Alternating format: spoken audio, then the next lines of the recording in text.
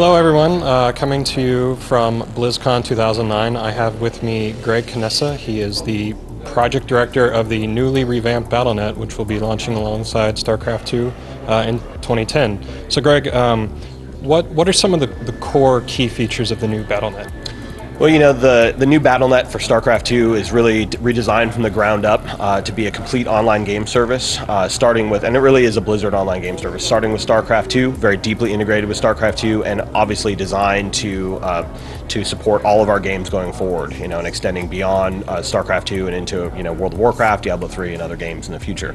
So really, it's really built around these three core concepts of being always connected, being the ultimate sort of competitive arena, and being also sort of connecting the Blizzard community with sort of social network gaming elements.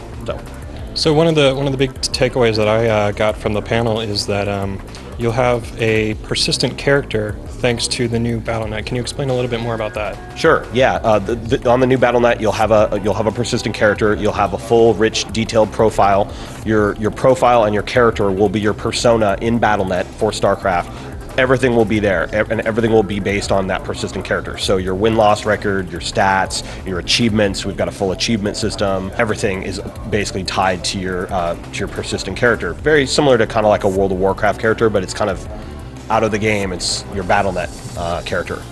One of the other interesting features is this new marketplace that you have that you're going to be integrating after the launch of the service. Can you explain a bit more about that? Sure. Well, you know, as Rob and I talked about, you know, at the panel, the mod community is very important to us, and StarCraft 2 is going to ship with the most fully featured, kick-butt, you know, map editor ever that will really enable the map creator community to create lots of amazing content, single-player and multiplayer content in BattleNet. And so our whole goal with the marketplace is to expose that and create a marketplace for our map creators and our community to go online, check out, you know, all kinds of content, and then there will also be the opportunity to publish and sell premium maps and premium scenarios and content, which will enable the map creators to actually participate and make some money. Do you think this is going to be a big thing that catches on, or what do you think will come out of it? Well, we certainly hope so. I mean, you know, really the philosophy is going back to Warcraft 3, Defense of the Ancients, you know, Dota, something a lot of people are very familiar with, very, very successful. If you think about, you know, Counter-Strike or Day of Defeat in the context of, you know, Steam and Half-Life, these are examples of really amazingly successful user-generated mods have created whole communities. That's the type of thing we're trying to facilitate and embrace with the new StarCraft 2 marketplace. You know, just think if you're able to make a little bit of money and we can create an ecosystem around this, the type of production values and quality that you could put into a map if you could make a little money on it.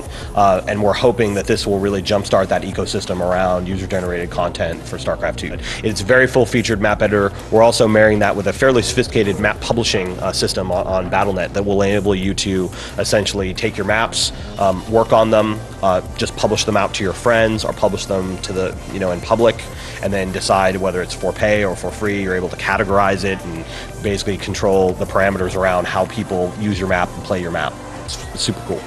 All right, Greg, thank you for your time. Check back with GameSpot for continuing coverage of BlizzCon 2009.